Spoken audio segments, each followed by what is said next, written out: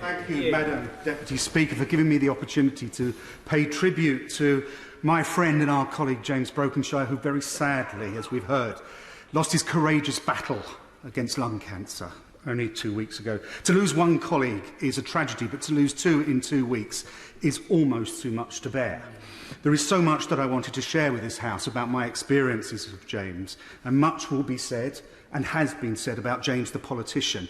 But I want to talk about James, my friend. The James I met some 45 years ago at Staples Road County Primary School.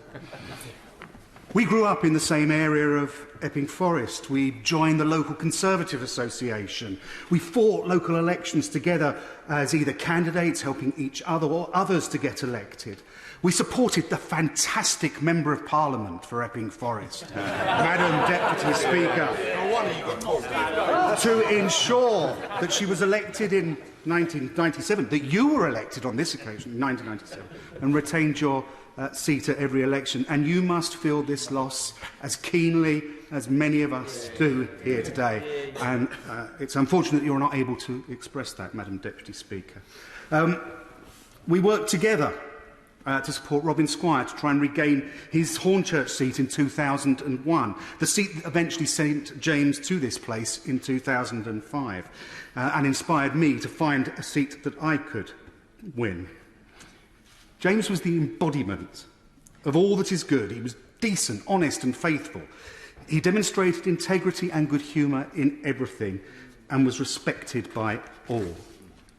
And now we have to say goodbye. Goodbye to James, taken from us all, especially from Cathy, and from Sophie, and Gemma, and from Ben. All too cruelly and all too untimely. And I do send my deepest regrets and sympathies to you. As a tribute to James, as we've heard, Cathy has set up a muchloved.com page, which when I last checked as well, was well over £50,000, had been raised in memory of James and in support of the Roy Castle Lung Cancer Foundation. And I'm sure that we all agree that that is a fitting tribute. And I would encourage people to visit that site. As Bob Geldof once said, give us your money, because it will make a difference. But I look for the government to do more.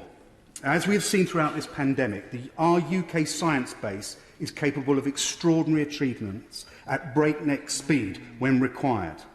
Now, as we move past the pandemic, I would think it would be a fitting use of our science superpower status to lead the world in finding better treatments and cures for this cruel disease. There are so many occasions I could share with you, Madam Deputy Speaker, that we have shared good times together, whether it's over a glass of wine at our Wasters Wine Club or just out on the campaign trail. But I fear time is my enemy. So I will simply say, James, I will miss you greatly. Please rest in peace, and by the grace of God, rise in glory. Goodbye, my friend. My honourable friend is absolutely right in everything that he's just said. I'm going to break the rules for 1 second to say myself that they were my boys, James and his friends in Epping Forest when I was the new MP 25 years ago.